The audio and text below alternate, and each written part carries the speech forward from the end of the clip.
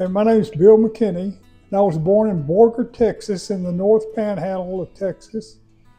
And I spent all my life there until I started to college. I've got one sister. My mother and father were both working people. My mother owned a beauty parlor, and she had 3 or 4 people that worked with her all the time.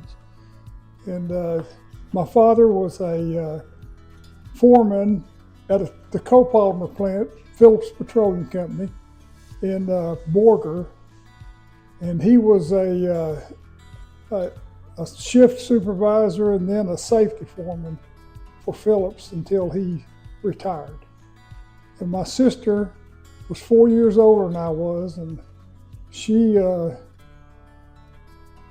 went to Borger High School, and she thought she was my mother instead of my sister for quite a while. But we were all Christians, and my mother saw to it that we were in church every Sunday. And my mother was really a good person, and so was my father. Well, tell me a little bit more about your father. What was he like? Well, I think that myself and my son Zach are a whole lot like him. He was a lot quieter than what we are, but Zach used to tell people where he works at now that his grandfather was an Indian. And nobody believed him, and he called us one day. He said, "You got a picture of Papa?" And we said, "Yeah." He said, "Would you send it to us?" And we sent it to him, and when they saw a picture of him, they said, "Yeah, he looks like an Indian."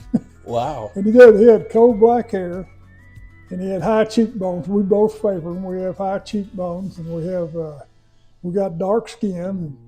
And I think that they told me that my great-grandmother was a full-blood Indian. And all my family for way back were from Texas.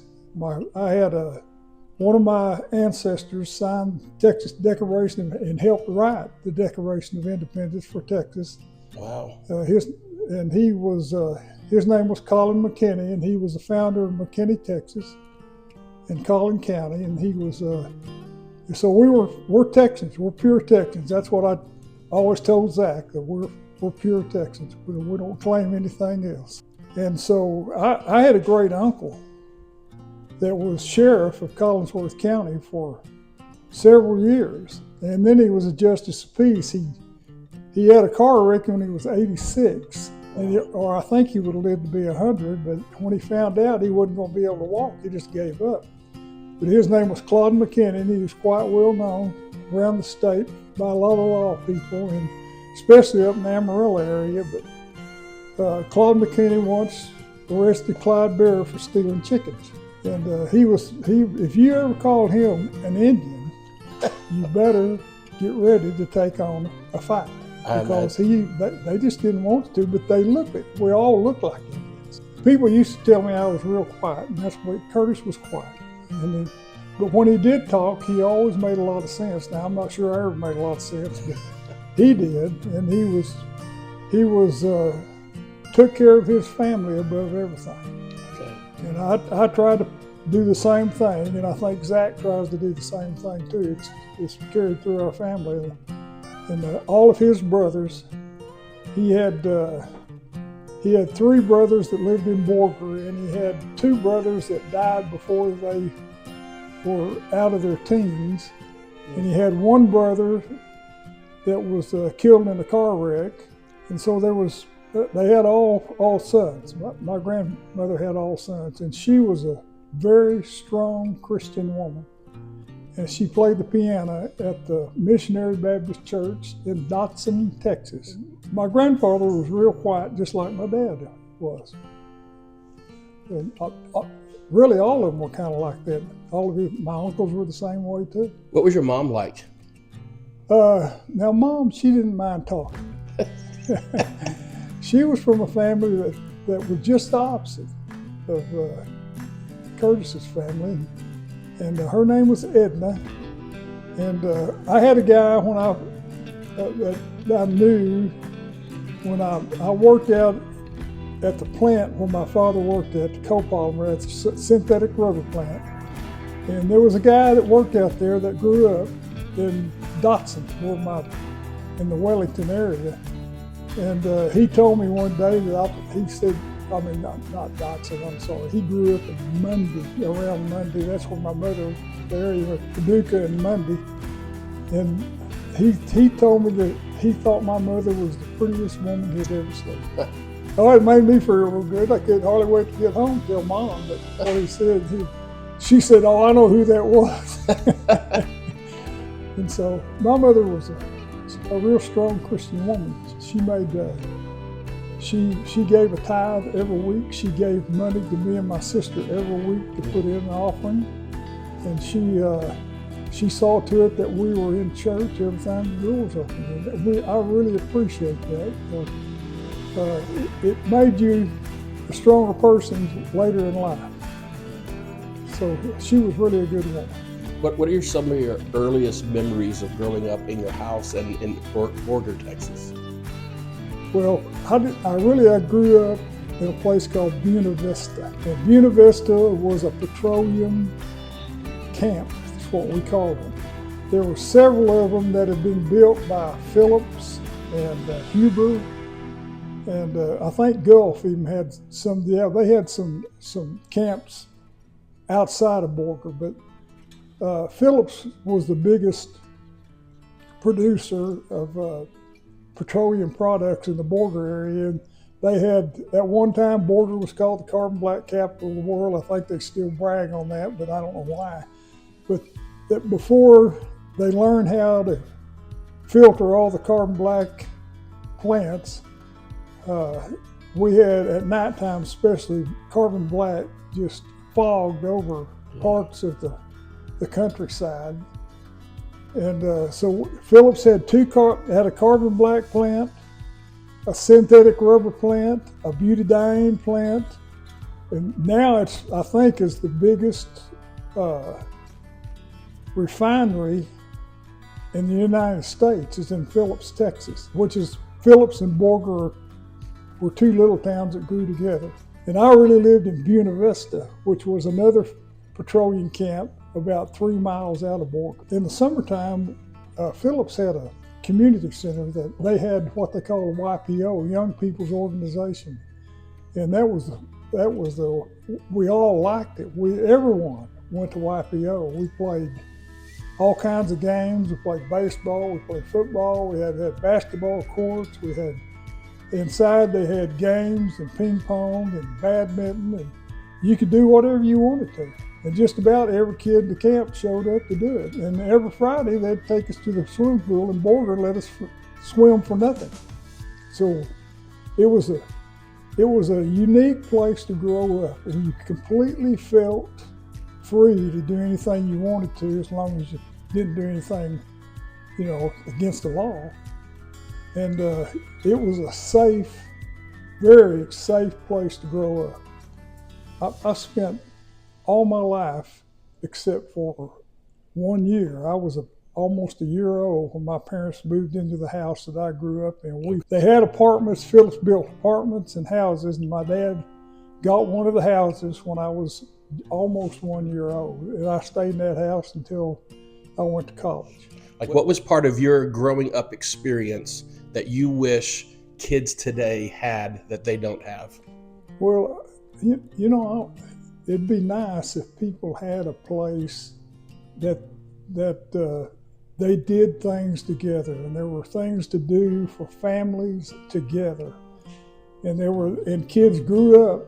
We knew the same kids from the time we were in kindergarten until we graduated from high school. We either knew the ones that we grew up with or the ones in another part of Borger, but we knew we were real close, and it really made a great place to grow up, a safe place to grow up. We were so, the same, I guess. I don't know, we were all, the things that really were the things that we did together. We had, in the summertime we had baseball, in the wintertime we had football, in the fall we had football, and in the wintertime we had basketball, and we played those, and we all played together until we went to to junior high, and then we went in with other children from Borger, Right. other kids from Borger. Was there anything during your childhood that you felt like that either happened to your family, a move, health difficulty, anything that sort of was like a trajectory changing kind of event? Yeah, we didn't have it. We never moved, so I was in that same house until I went to Oklahoma State, and my father was. The doctor told him that he had cancer when I was a sophomore in high school. And so it was really a shock to us. We didn't think anything happened to anybody. And he had to go to I can't think of the name of the hospital in Houston that was well known for cancer. MD Anderson? Yeah, that's where he had to go there and spend a lot of time. We had some people that had been transferred to the Houston area that lived behind us, and we went down there for the Christmas holidays and stayed with them so we could see our father. Me and my sister went down there. My mother had been down there with him all the time. So that was kind of really traumatic for us. And it was the only thing bad that really happened to us. And we had one other thing bad that happened was when one of my uncles named Elton, he was the only one of those brothers that didn't end up in Borger. And Elton lived in Tyler, and he and his wife and their young son named Gayle were in a car traveling close to Dotson, where my grandparents were at. And a truck tried to pass a car and ran them head on and killed it. But Olga, Elton's wife, had wrapped herself around Elton Dale and saved him. Wow. He saved it. He grew to be a very good. In fact, he was a captain in the Marine Corps. He went to Texas A&M. He was his grandparents on his mother's side raised him in Tyler. But that was the only bad things that happened. I remember growing up. We spent a lot of time we'd drive to one of my grandmothers in Dotson or to the other one in Muncie.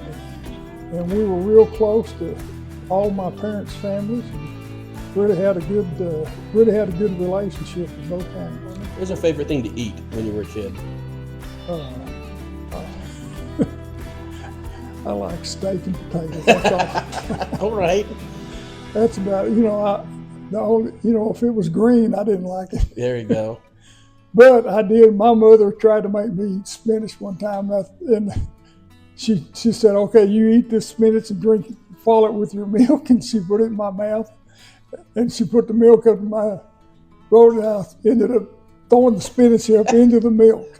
Yeah, she always wanted me to eat spinach, but I never got anything. I don't think she ever got it down me, but it probably been good for me if she had it. Did you have a favorite snack that you liked, like after school, or you go to the movies and you get to get some candy or something? Cherry pie with milk on it. Oh. I'd put it in a bowl and put milk on it. My mother, I don't know how many cherry pies she made, but that was my favorite. Have you taught your grandkids how to do that yet? Yeah. Okay. I'll make the cherry pies at our house when we do. Right. In fact, Zach's wife liked my cherry pies a lot. When we beat together at their ranch, I used to bring one, but now I've just about quit cooking now. But I can make pies and cakes. That's awesome. Well, that's a great family tradition to pass down. Your grandkids knowing how to put pie in a bowl and put milk on it. That's a great family tradition. I love that. What year did you graduate high school? 1963. 63. All right. And what were your big plans in 1963? What were your plans? Well, I was a runt until I got to be a sophomore, and all of a sudden I started growing. And I loved football, but I didn't think I'd ever get to play. But I played on what we called the B team back in those days. It was junior varsity. And I got to play. We all did. We had a great coach at Borger. His name was Gene Mayfield. And when he came, the first year he was there, Borger won district for the first time ever. And it was pretty common for us to win district for almost every year he was there. But I was in the 9th grade when he showed up. No, I think I was in the 8th grade. But when I got to be a senior, I had grown, quite a bit, and I was a starting offensive guard and outside linebacker, and we played San Antonio Breckenridge in the state championship game that year. They had quite a running back named Warren McVeigh, who was a starter at the University of Houston and played for Kansas City for several years. But they beat us by 4 points. But we still say we won that game because we onside kicked right before the game was over, and they were ahead of us by 4 points. And it came right toward our bench, and we had one of our players named John Tucker got on it.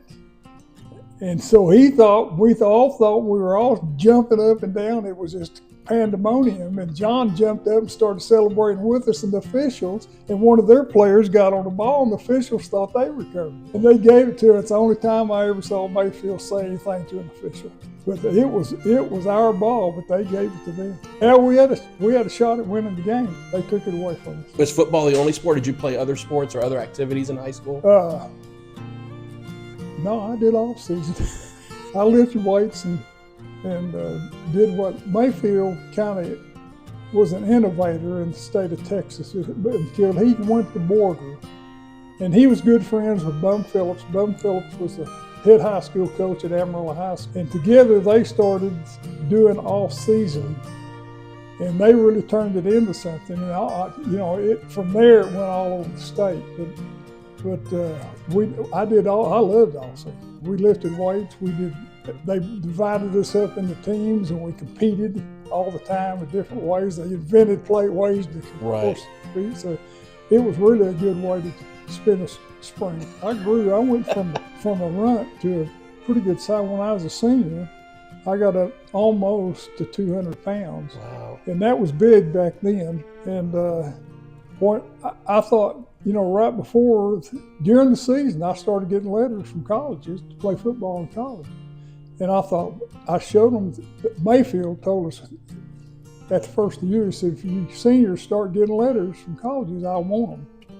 He didn't want colleges to interfere with our plan. And so when we got them, we gave them to him. But off of that team, we had 12 seniors.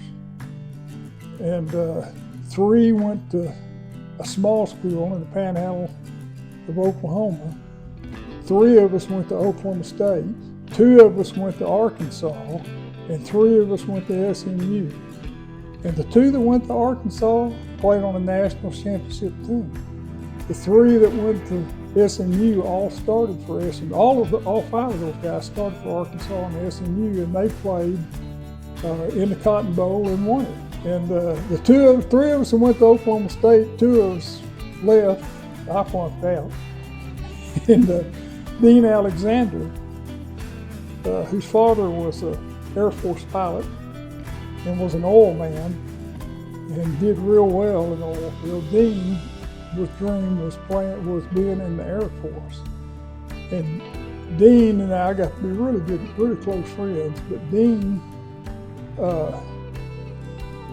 went into the Air Force and he became a colonel, and he could fly every plane that the Air Force had. He was the commanding officer of the Air Force test pilots. It was his last station, and he was really quite the person. He was a real smart person. So, but most of us played college football. The seniors that were on that team. Did you enjoy your time at college? Well, I didn't go to class the first year. Our head coach, his name was Phil Cutchins. And Phil Cutchins was Bear Bryant's first assistant at Alabama. And Oklahoma State hired him to be the head coach at Oklahoma State. And they offered 9 of us seniors. They offered all of us scholarships to go to Oklahoma State, but just 3 of us went. The other ones went where they wanted to. But Phil Cutchins was Oklahoma State hadn't had a winning football team in years. And the first year we were there, that's when Nebraska was really strong. And I'll never forget going to the game where that freshmen couldn't play varsity football at that time. But we were supposed to play 2 games. And one of them got called off because President Kennedy got killed. So they called that game got called off. So we had 1 game my freshman year. But our varsity played Nebraska after Cutchins got them playing good football, and Nebraska was the #1 team in the nation, and they beat Oklahoma State by 4 points that day. And so Phil Cutchins really did a good job there and got Oklahoma State back on its feet playing football. Now I know Jimmy Johnson tried to take the credit for that, and some other coaches did, but it was Phil Cutchins that got Oklahoma State back to good competitive football. They were a basketball and wrestling school, what they were. Now, when you finally got into the classroom, was there a favorite class you enjoyed going to? Classroom.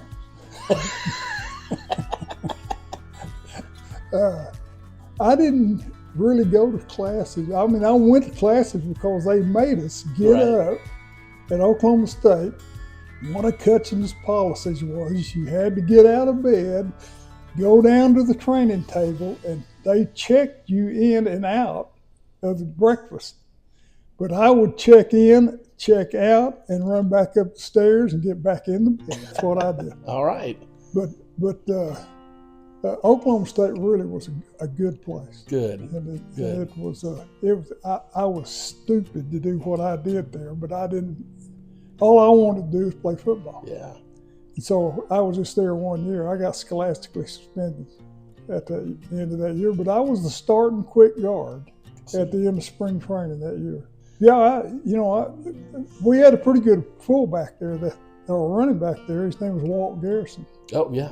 And Walt made his name known pretty well throughout the country for the Dallas Cowboys. But Walt was a great guy. I mean, I guess he's still alive. He's a rancher.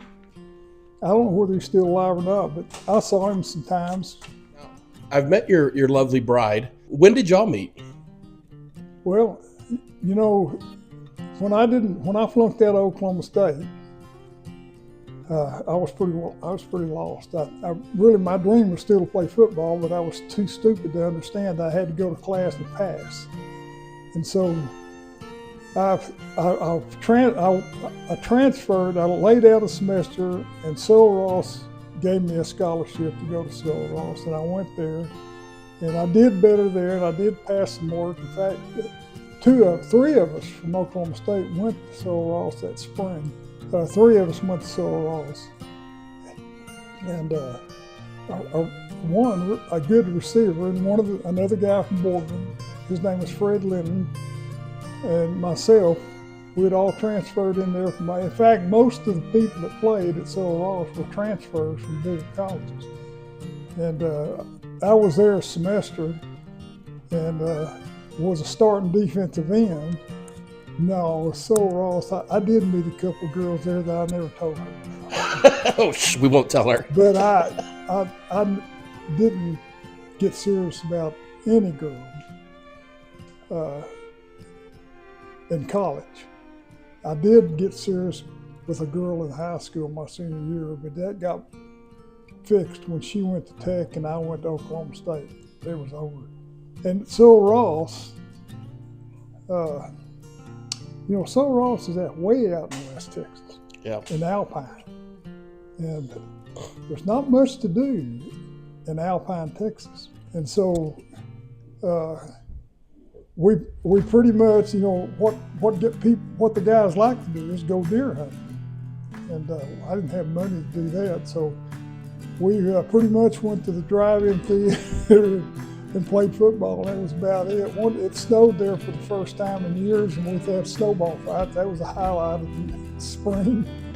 But we went to, at the end of spring, Fred Linton, one of the other guys from Border, and I had to pass a botany course. And the botany professor who supported the football program very strongly told us, he said, I don't know what I'm going to do with you two guys. He said, you're close to passing, but I got to think about it. And so he told us to come back. The school had already was out that day, the college was out that day. And he said, I want you to come back Friday and talk to me. And so when we walked out of there, I looked at Fred. I said, Fred, I'm packed and ready to go. I'm not coming back Friday. I'm getting in the car and going home. And so I did. I got in the car and went home. Fred went back in there and he passed it. Fred graduated from Sullivan Law School. I went to Fort Worth. Two other guys that I knew from Border were working there, and we were living in a house, splitting the cost 3 ways. And I was delivering movie film, just movie houses. That's what I was doing. Wasn't a very good job. And so I went and told those guys, and about, end of July, I said, I'm going to the Navy. And I went back home and joined the Navy, went in the Navy right before. In fact, when I was in boot camp, we got word that the Marines had landed on Red Beach in Da Nang, and that's when the Vietnamese War started. I was in boot camp about halfway through. And so that got to be a big part of my life. How long did you serve? I was in there 4 years.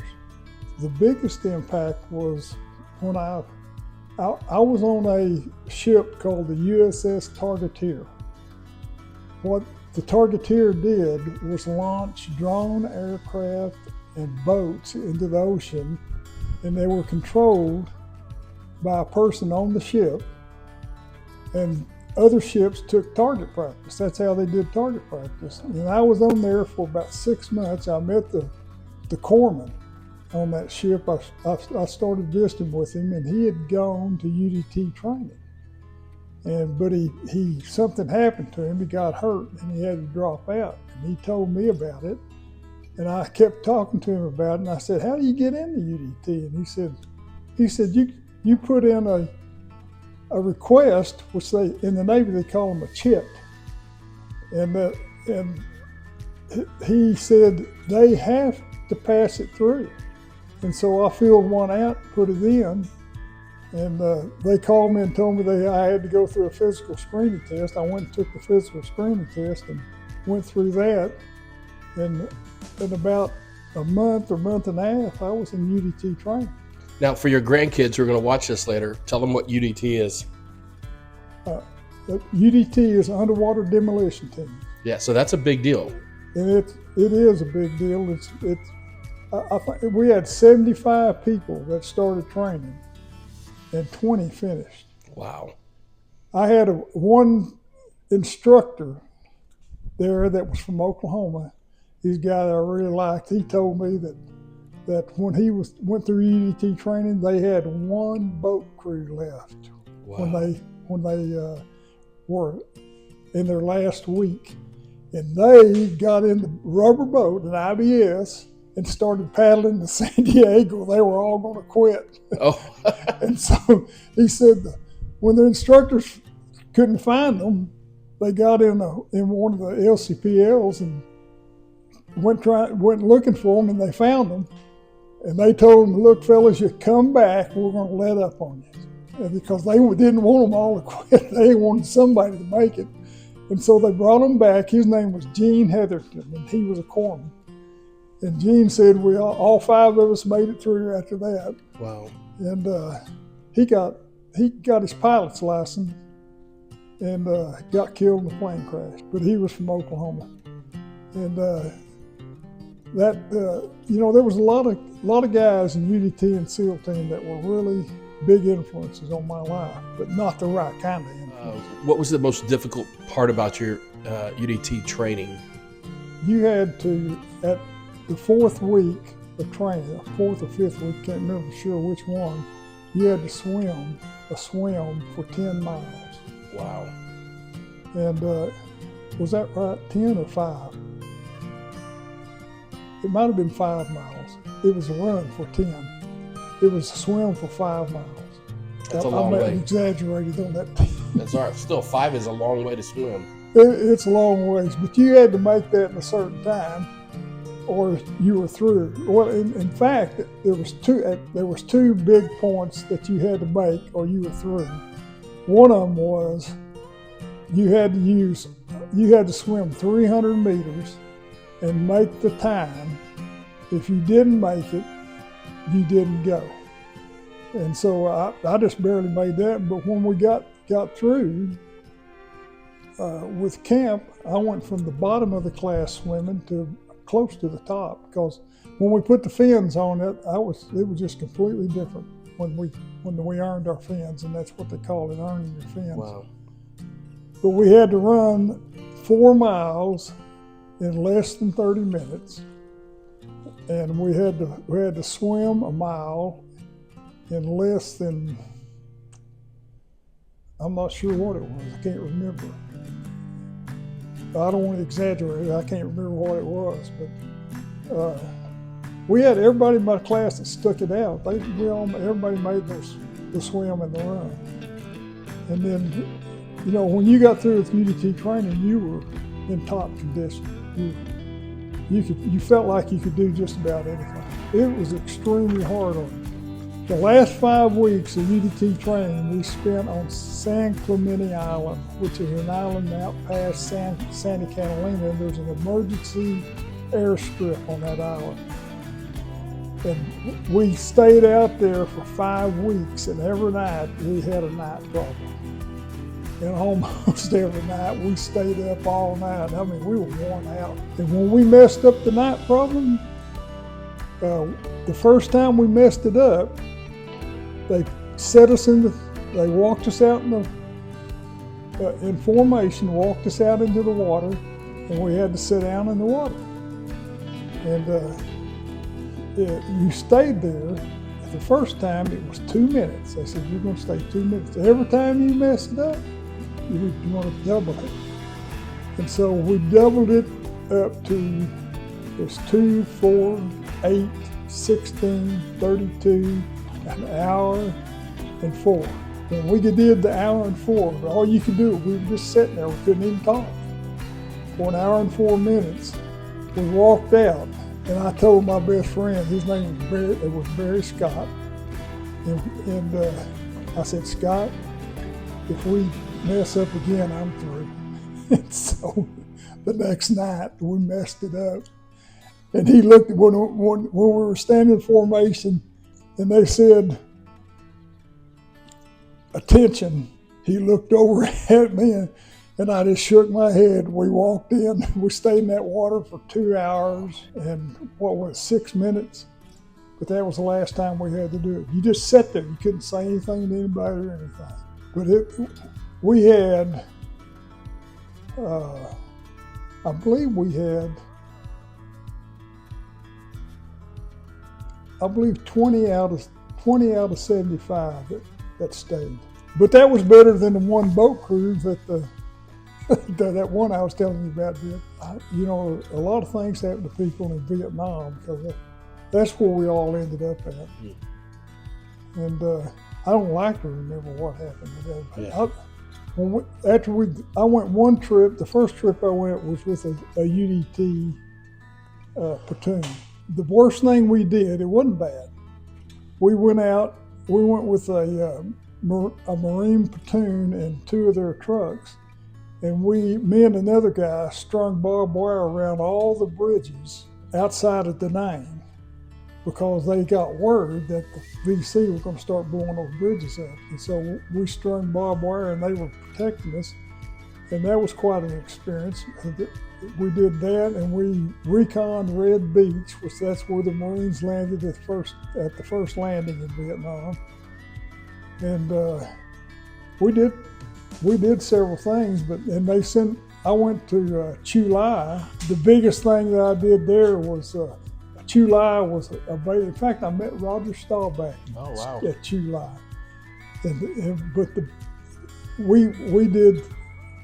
They just had us doing different kinds of jobs, and but they had the big thing that Chu Lai was. It was where they brought jet fuel into the airports. They pumped it into the Marine Air Base where they could have jet fuel, and the ships came up right offshore, and they had a pipeline that ran out there, and they tied onto that pipeline. Well, they had lost the end of that pipeline, and they sent us out to find it, and it was twisted. And they had a storm, and the ship that was tied onto it didn't get off of it quick enough, and it was twisted off. So, but we did things like that with UDT, and we recon beaches.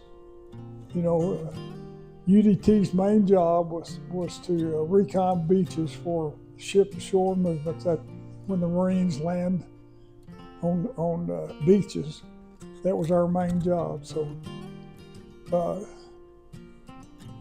after that, I went to SEAL Team, and SEAL Team Cadre was another. I think it was 12 weeks of training. All right, so after you did your UDT training and service, then you went into Navy SEALs.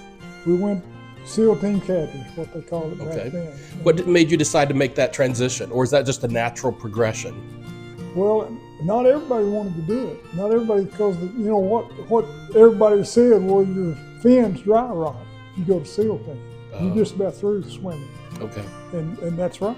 It was. You know, we turned into you know, almost machines. Right.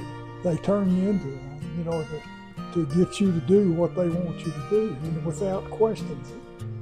And so I went to SEAL Team Cadre, and we went through it, and it lasted 12 weeks. And not too long after, well, I went to a Vietnamese language school and learned, you know, a little bit of the Vietnamese language, some of it words I could understand. That's what they wanted you to do, get what you could understand some of them. And then I went with a SEAL Team platoon, and we were stationed in at what they call Naw Bay. Naw Bay was a PBR, that's a patrol boat river. And the PBR was a pretty famous boat that they used. It's where they developed the jets for these jet boats that you see. But that's why they developed them, because they wanted those boats to be able to go anywhere, and they were fiberglass boats. And we operated off those boats. And we also had a Mike boat. A Mike boat is one of those boats that you see the Marines going to beach on, and the front of it drops down and they run off of it. Right. We had a Mike boat that had 650 caliber machine guns. It had a mortar on top of it, and it had twin 30 caliber machine guns. It had a lot of firepower. But when you got on that, you felt safe, because the sides of it were, you know, iron, and wouldn't penetrate you. It took a pretty good size round to penetrate that boat. And so we operated off of it some, but most of the time we operated off PBRs. And our job was to keep the Longtow shipping channel open, keep the Viet Cong out of the Longtow shipping channel. And they at one time had it shut down. But SEAL Team went in there and got them out, run them off. You know, opened it back up, and SEAL Team got the Presidential Citation Medal for that. And so it was quite an experience. The first time with the SEAL Team platoon being in Naw Bay, that right where the Longtow shipping channel and the Mekong River split. The Longtow shipping channel went into Saigon, and the Mekong River went into the Mekong Delta. And so they had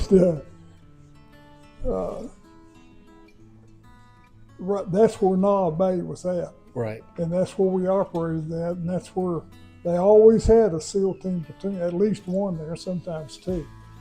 And some of our operations went into the Delta. Okay. And we did on, different kinds of operations, but most of them were on the shipping channel, keeping it open.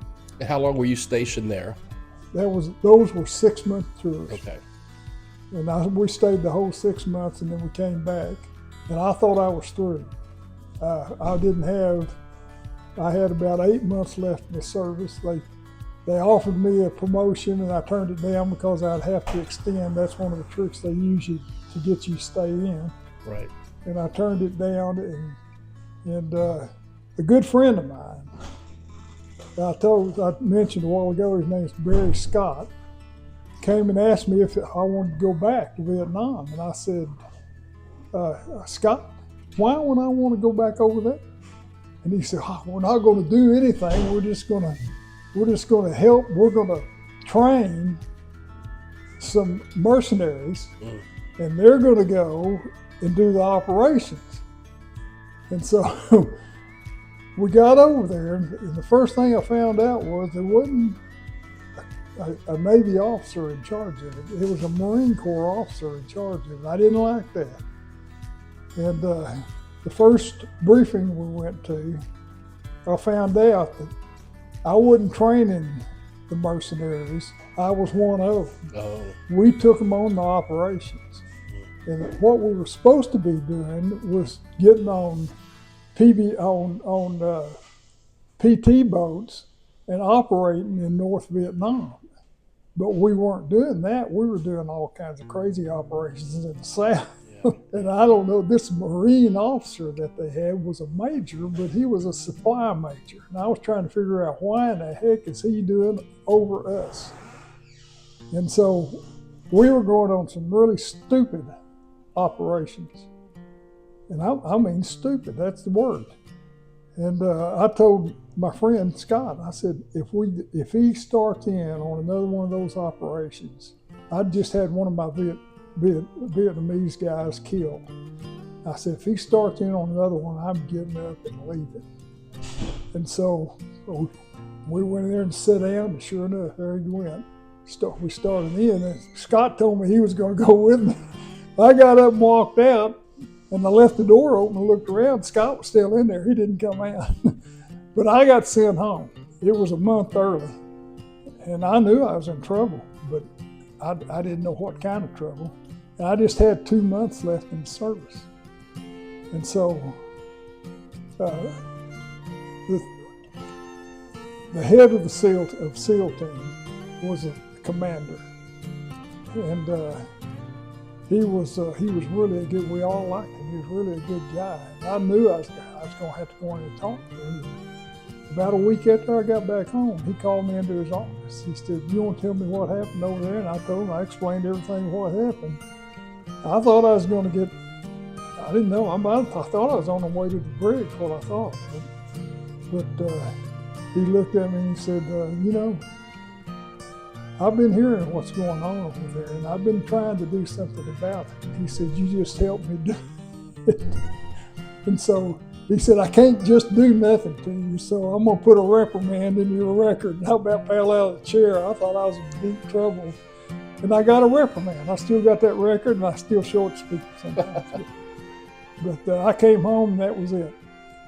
But it was on that trip when I started reading the Word again. I got back into the Bible, and I started doing what I was supposed to do.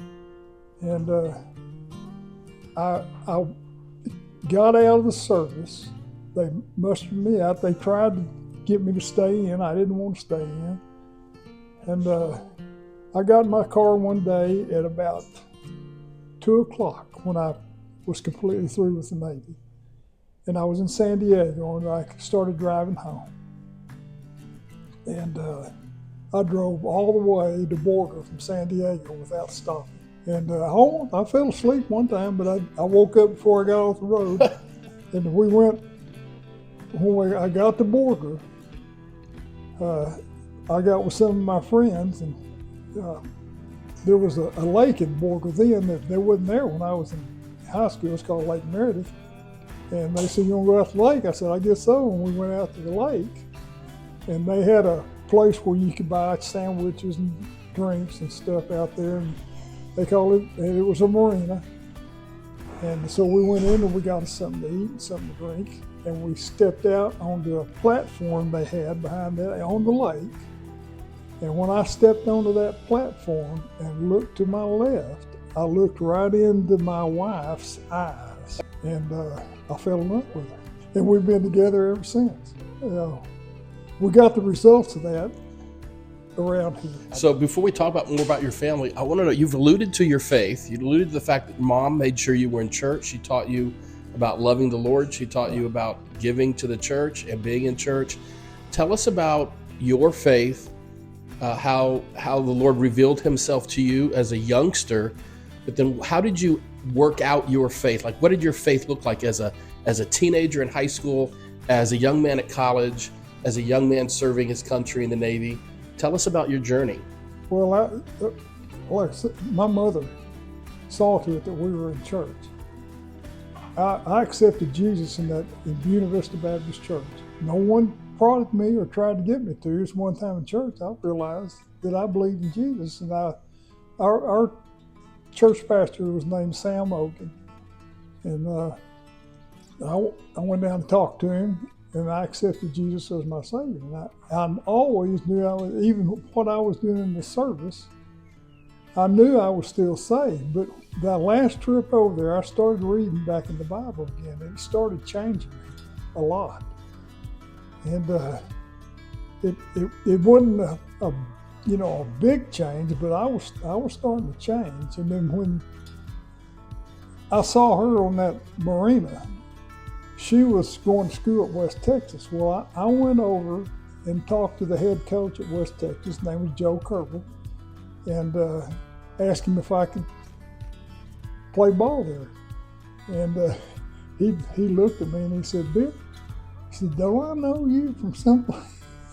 I didn't want him to say that because he tried to recruit me out of high school. And I said, "Yes, sir, you tried to recruit me out of high school." He said, I didn't get you then, but I'm going to get you now. And so he said, I'll let you come to two days, and I had to please a coach named Clarence Durkin on defense. He was a defensive coordinator, and I earned a scholarship. Played 3 years at West Texas. I had 3 years eligibility left, and I played linebacker. All three, started every game for 3 years. But the big thing was when I met her at that marina, we started dating, and we started going to church, and we both rededicated our lives to Jesus Christ.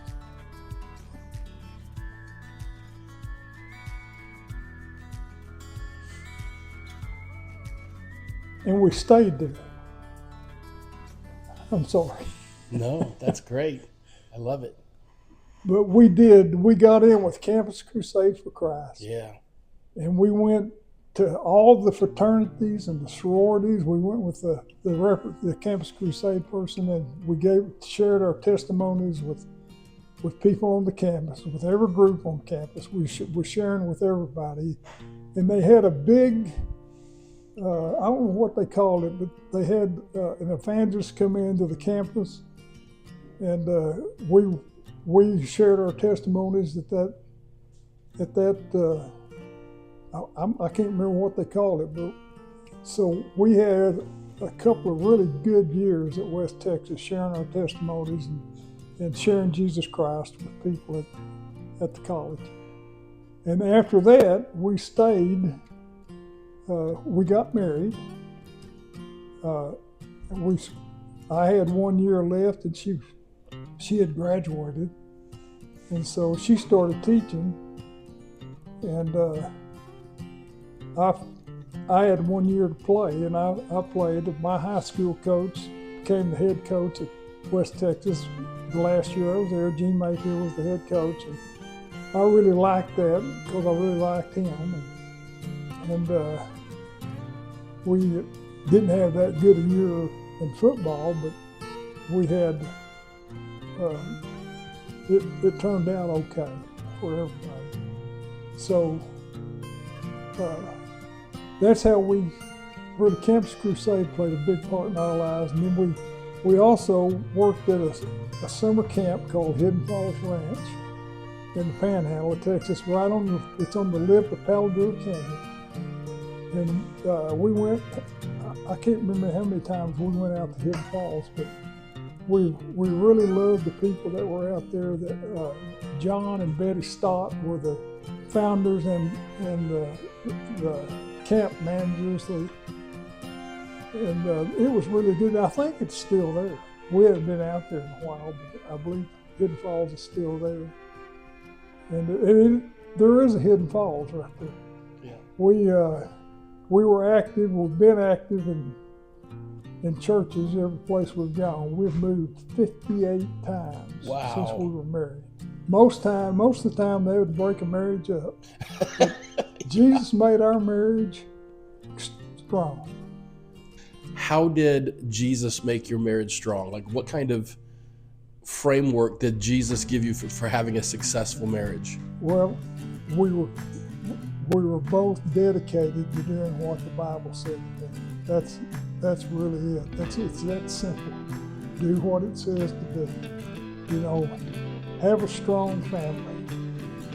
Teach your kids to be strong Christians. And we tried to do that, and we tried to work with each other to keep being strong Christians. And we're probably, old people now, we're probably the weakest we've been in our faith. And we're not really weak in our faith. Our physical bodies keep us from, when you get 80 years old and 70, how old are you, 79? 76. But that's where we're at now. We love life, we love Jesus, and we love our kids and our grandkids. Well, let me ask you this question. In addition to being faithful to and loving Jesus and being a part of a church family, what are 2 or 3 other secrets that you might pass on to your grandkids about having a successful marriage? What are things that you've learned as a husband that would be helpful for them to know? Well, the secret to staying married is to do everything your wife tells you to. Okay. How did that work for you? I did it. Good. No, you cooperate. And we prayed and read the Bible together.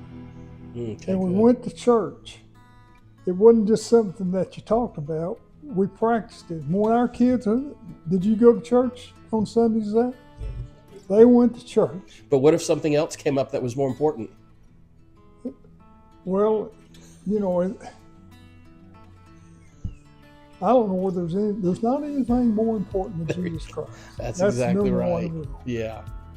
But sometimes in life, you have to go do things that you don't really want to do. Yeah. And sometimes we tried to explain that to Kimberly and Zach.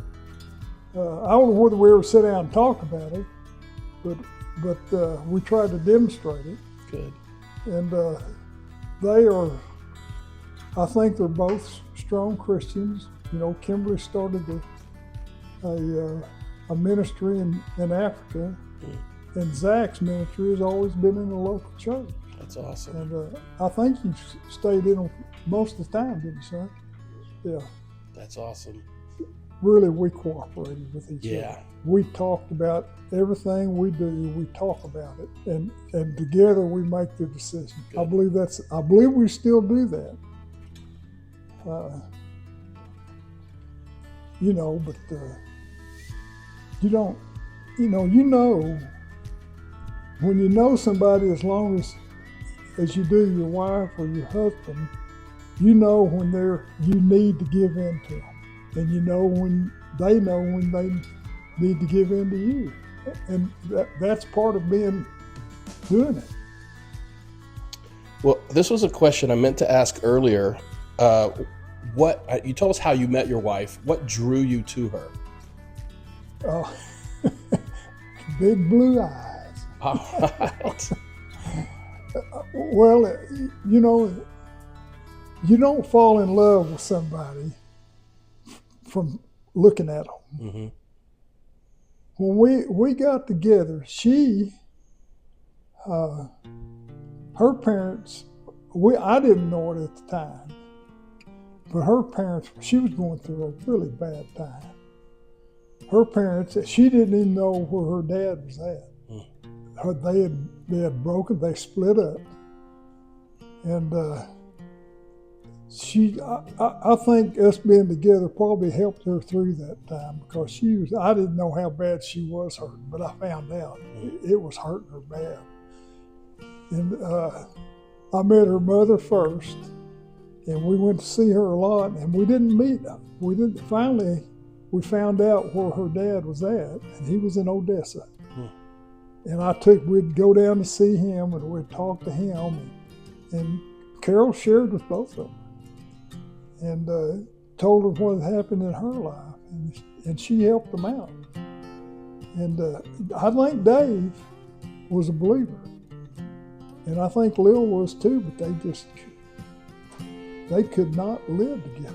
They made each other they pulled out the worst in each other.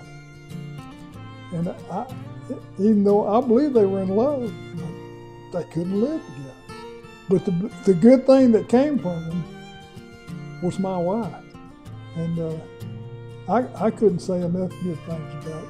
And we kept seeing her family all the time. We'd go see Dave, and we'd go see Lil. And we tried to help Lil out. But she was she just wanted to be by herself. She lived a long time, but Carol took care of her at the end until we had to put her in a home. But all those things make you closer. Well, just a few more questions here, and then we'll see if Zach has anything else that I've missed. But what do you believe is the most important thing that a man should live by? The most important thing that a man should live by?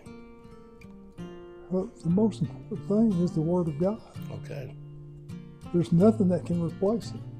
These people that think there is no God, they're lost completely. They don't have a chance. You can't look at the sky at night and not believe that there's a God. Yeah. And you look at the north sky, and I believe the second heaven is already there. He's already created it, and that's where we're going to end up. That's what I believe. All right. What advice would you give to young men in your family about life, faith, and character? To the young men in my family? Yeah. About life, faith, and character. Faith and character. Yeah. Well, I'm not really sure.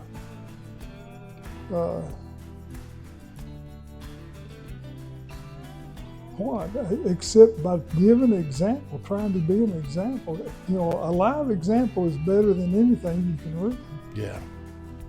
And I'd like for them to see Jesus in me, but you know, sometimes in my life, nobody can see Jesus in me. But I want people to, and I want them to.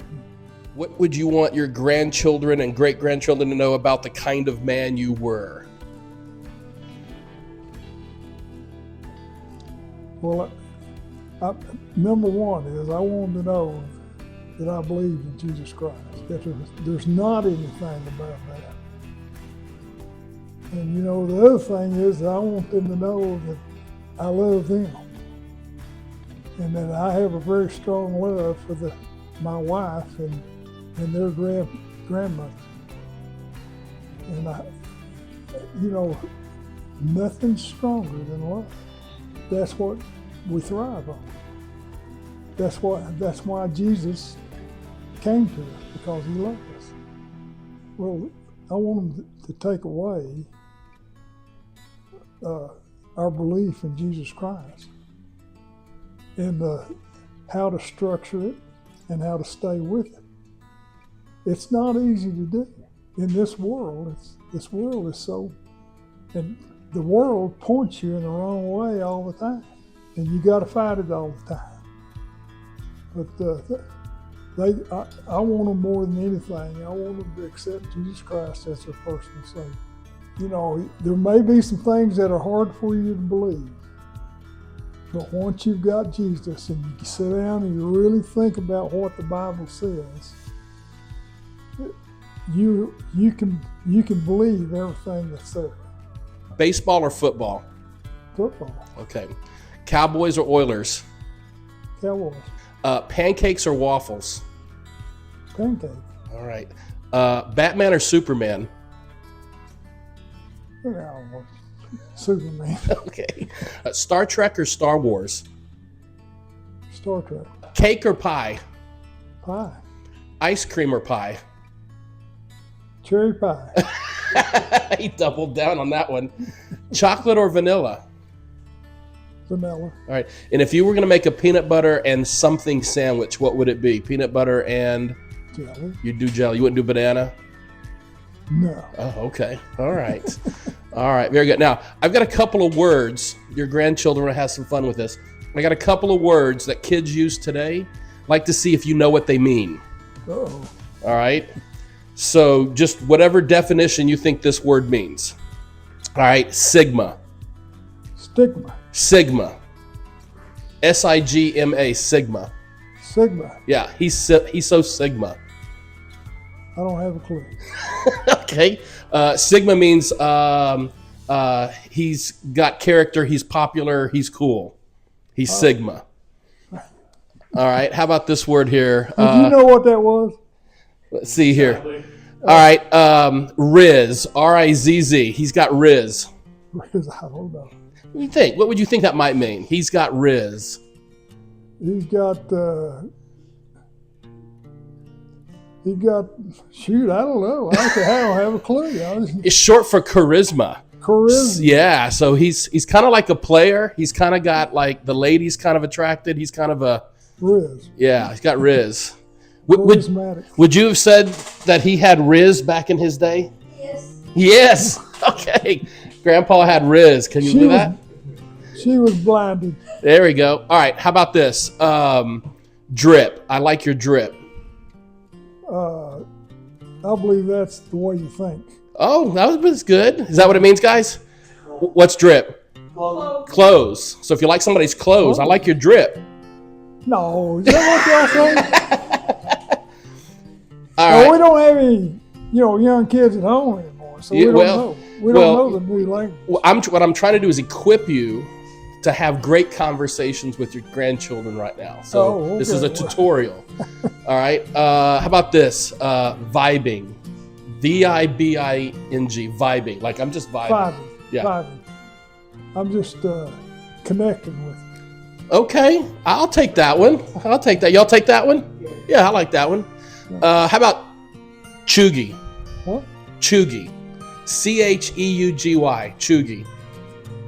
I don't know what that'd be.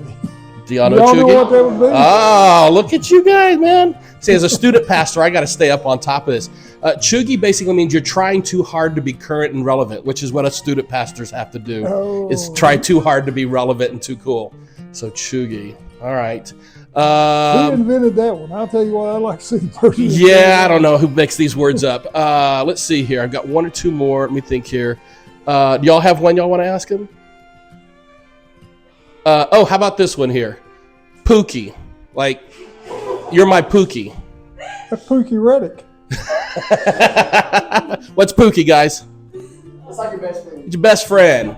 Could be your best friend. It could be girlfriend, but yeah, who you're really close to. Pookie Reddick was probably the best quarterback that ever played at West Texas. Was he your best friend? Huh? Was he your best friend? Well, I'm gonna tell you what, he was good. He was a great athlete. Okay, well, he was your Pookie then. If he would have had the right attitude, he would have been. He could have been a basketball player, a football player, or a baseball player. All right. But he just could not get himself to do what he needed to do. Attitude goes a long way. All right, here's your last one. It just went out of my head. Delulu. Delulu. Delulu? Yeah, you're somebody so Delulu. Delulu. Grandma, you know what that is? Crazy? You're not far off. Delusional. Somebody's Delulu, they're delusional. Delulu. Yeah. I can be delusional. Yeah. All right, I think that's all I'm going to do for you. Was there any other questions you'd like me to ask about? So there's a couple of classic stories that he's told over the years about Vietnam that I think we need to capture. Yes. One of them was getting your gun lost in the river. Did you get your gun lost in the river? Oh. I bet you got in trouble for that. No, I didn't get in trouble. Oh. Sometimes I was a point man of SEAL team when I was in a SEAL team platoon. Yeah. And the point man could pick he had his choice of what weapon he wanted to carry. I always wanted to carry a Swedish K. That is a submachine gun with a silencer on it. And we patrolled all night long, and we came to a river, and we were across that river and set an ambush on the other side. So I had to swim a rope across the river so everybody could pull themselves across. Well, I started swimming, and that Swedish cat, I had it strapped around me and on my back, and it came loose and got down on my legs and about drowned me. The only thing I could do is get loose from it, so I got loose from it.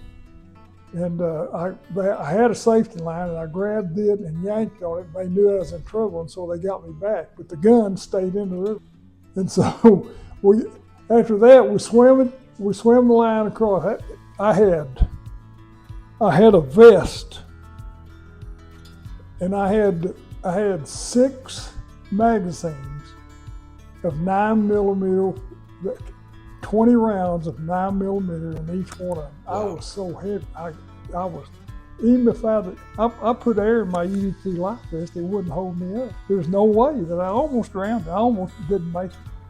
And so we went ahead, we finally got across, but I couldn't even get that vest off of me. We had to have another guy swim the line across and then pull a lifeline. And we got everybody across, and we set our ambush. The next day, they extracted us, and we went back into base.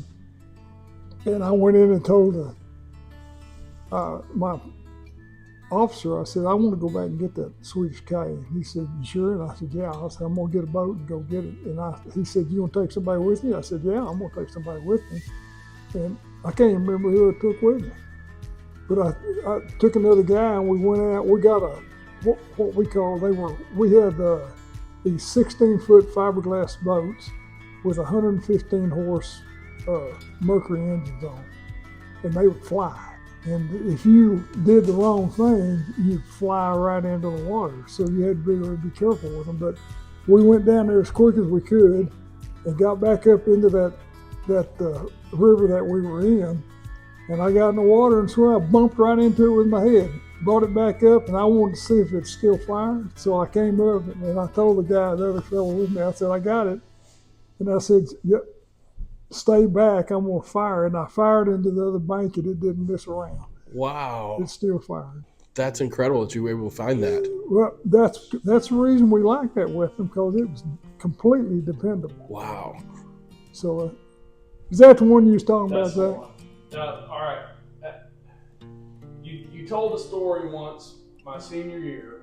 We were getting ready to play a game, and one of the guys asked you to tell a story about Vietnam. You told a story about the Vietnamese lady on BeetleNet that y'all got to lead you or scout for you. And she ended up leading you right into an ambush. You had a moral to that story. I don't know if something about women, wasn't it? Said never trust a real woman to lead you in. Yeah, tell that story. Yeah. Well, we did. We had we called them Chu Lai. That was a Vietnamese that came over to our side, and she was an older lady, and she a lot of the women over there did beetle nut. It was a drug, what it was. Right. But it was a natural drug, and it made them high. It didn't knock them out. They did it to do away with common pain, like we take aspirin. But she was using betel nut, and she thought she knew where a POW camp was, where they had some Americans, and she was going to lead us in. Well, they let us out. Our insertion point was in a river in the Central Highlands, and we went up, and we did some. We had more of the helicopters we were in. We made a shield to make it look like that there was more people going in than what it was. There was just our platoon is all it was, and so we went into the middle of the river. And this lady was supposed to know where there was a path outside the river to take us to that camp. She could never find it. And we stayed in that river all night. The next morning, when the sun started coming up, we knew the operation was over.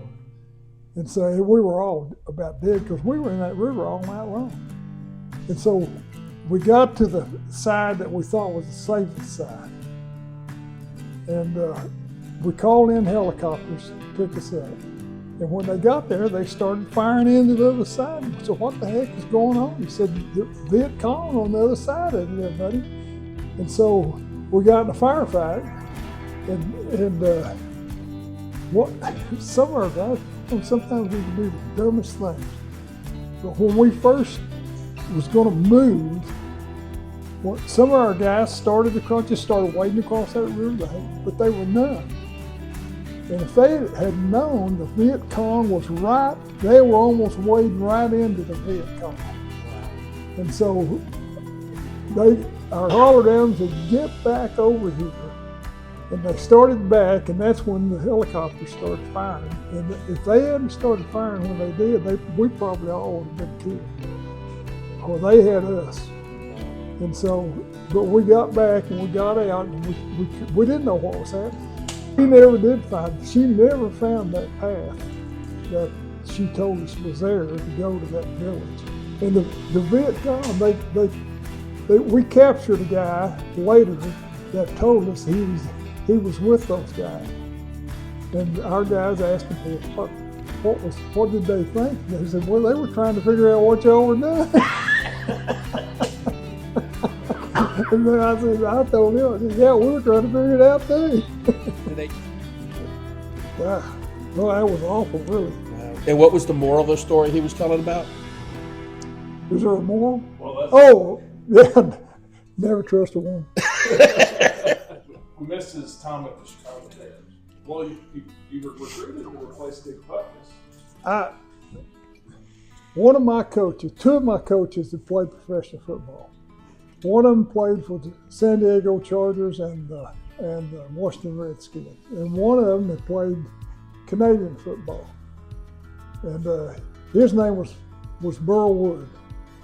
And Burl had, what am I telling about now? Oh, Burl had told them that I was just 22 years old. I was 26. And so I can't remember who let it slip out, but I thought they told me I was going to go in the top 4 rounds. And after the first day, I didn't get picked. I thought, what the heck happened? And so I came and told you, didn't I? I said, didn't get picked. And I didn't get picked for the last round. And the Chicago Bears, they had some left, and they said that they were just trying to pick the best player that was left. And they picked me, although I was old. They just picked me even in spite of my age. And so when I got there, I met some of the greatest football players that ever played. One of them was Bill George. He was our linebacker coach. Bill George was, he was a fantastic linebacker. And he played for, I forget, he played at Chicago for like 12 years, and then they wanted to get somebody, they drafted Butkus. So they traded Bill George off because they knew Butkus was going to be better because he was younger. And so Bill George went to Los Angeles, and then he went to Washington, and then he came back to Chicago and was coaching. But that was a lot later. He had a restaurant in Chicago that made his living. Then they hired him as a coach the year I went up there. And Butkus it wasn't his last. He had one more year after that.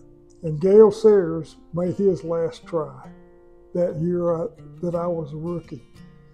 And Butkus was really a great guy. We had our first meeting, and we got Bill George as our coach. We got Dick Butkus in the room. And when we walked in there, Butkus was the only one in there. And he's sitting over there like this. And never looked up, never said a word. Just was sitting there like that. And we all went and sat down, and Bill George started talking to us and telling us how things were going to be and what we were going to do in defense. And then he looked and he said, "Hey, Dick," he said, "I don't have a eraser." He was, putting this stuff on the chalkboard. And he said, "I don't have a eraser. Would you go get me an eraser?" And so Butkus just, he did this. Nobody knew him. None of us knew him. Well, there were some of us that knew him. But the guys that knew him just didn't say anything. But, he sat there and he said, and he got up and he left the room. And he comes back and sat down. And Bill George said, "Dick, yeah, I need the eraser." And he reaches back and he pulls out one piece of toilet paper and gives it to him. And Bill George takes it and he looks at it and he just stood up there and turned around and walked off. And Butkus just died laughing and pulled a towel out and gave it to him. But that's the way he was. Oh, shoot, he was a riot. And he loved to laugh. He was just a great guy to be around. Wow. He and Sayers made his last attempt when I was there, and he came into camp a little late, and he started working out. He was able to work out pretty good. And one of the other running backs told him he liked to stay after workout and get a linebacker to take him on and let him block. And one of them told him, he said, "Get McKinney, he'll give you a good picture."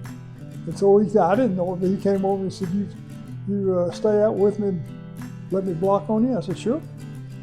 And so, man, we had some collisions. We were hitting each other hard. And, he was really, Gayle Sayers was really a tough person. A lot of that movie they made about him, a lot of it was right, but a lot of it, like every other movie. Those two guys, meeting those two guys and Bill George, wow. If Bill George would have stayed there, I don't know. They operated on my knee at the end of the first year. I came back to starter. Butkus was retiring, but he was in camp. And I didn't know it then, but he was in camp to see, they wanted to see if my knee was going to hold up.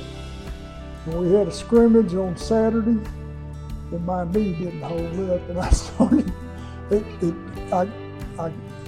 popped on me, and I couldn't run anymore. I could barely run, and I was out there trying to still play and gimping around. And I'll never forget Butkus pointing at me. He said, "Look at Mac," just laughing at me. And I thought, what is he laughing about? What does he think I can't run? Why is that funny? But what he was really laughing about was he was getting ready to take the Bears for a ride on the financial end of it, because they needed a middle linebacker, and he was the only one around that could do it. So he got his biggest contract that last year he played.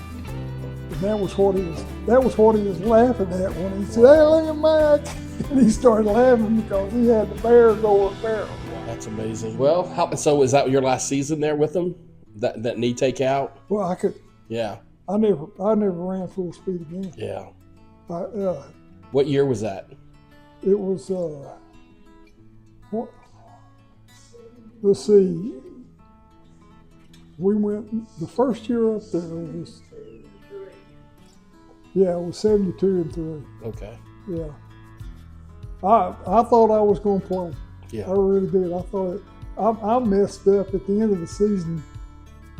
They decided to operate on my knee and get me ready for the next year. And I should have never let that. He messed Butkus' knee up. He's the one that messed Gayle's knees up. I don't think I didn't realize it at the time, but I don't think he had a successful knee operation in Chicago, and he was their doctor. I don't know who he knew, but he was somebody's friend. So that was in. I had one more week to play, and we had a scrimmage. And what was bad about it, all I did was push off and turn to run and snap. Man, I couldn't even put weight on it. And like an idiot, I tried to stay out there and keep playing. That's when I heard Butkus laughing at me. How'd you get to be deaf? That machine gun going off over your head. Oh, He can't we hardly hear because of this. got extracted from an operation on a PDR, and we were on the Mekong River, and we were headed back to Bay, and we got ambushed, and I just happened to be sitting right where, and I had a Stoner machine gun, and I pulled it up and started returning fire. Well, the PBR, the guy on the PBR that operated the 50 caliber jumped up behind me and wheeled that 50 caliber right there over my head and cut loose on it. Man, I had to go, all I could do was drop the Stoner and put my hands over my ears and go to the bottom of that boat. It was hurting. I mean, it hurt, and that's what got my ear. It run. When I don't want to hear what Kara is saying, I say, huh? She always makes me hear. I enjoy talking about it. I like remembering it. I loved a lot of the things we did, and she was right with me the whole way. I guess we enjoyed it. We spent all one Saturday looking for, the Bears always gave a Christmas party right at the end of the season. We stayed at the executive house. It's not there anymore. It was right on the river, close to the mouth of the river. It was one of the best hotels in town back then, but they've torn it down because it's so old.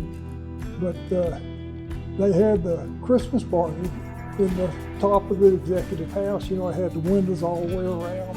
It was a real nice place. And so we wanted to get her a real nice dress. We spent all day looking for a dress for her to wear. And she finally found one. Yeah, she put it on. She was beautiful. Man, wow, Chuck Trundle, the defensive line coach, he thought Carol was the prettiest girl, the prettiest woman he'd ever seen. He came and told me, he said, man, she's beautiful, Chuck. I said, she's just like every other one. She's got 2 eyes, you know. But he did. He thought she was the most beautiful woman he'd ever seen. In walks Butkus' wife. She has the same dress on that Carol had on. It was a different color, but it was exactly the same dress.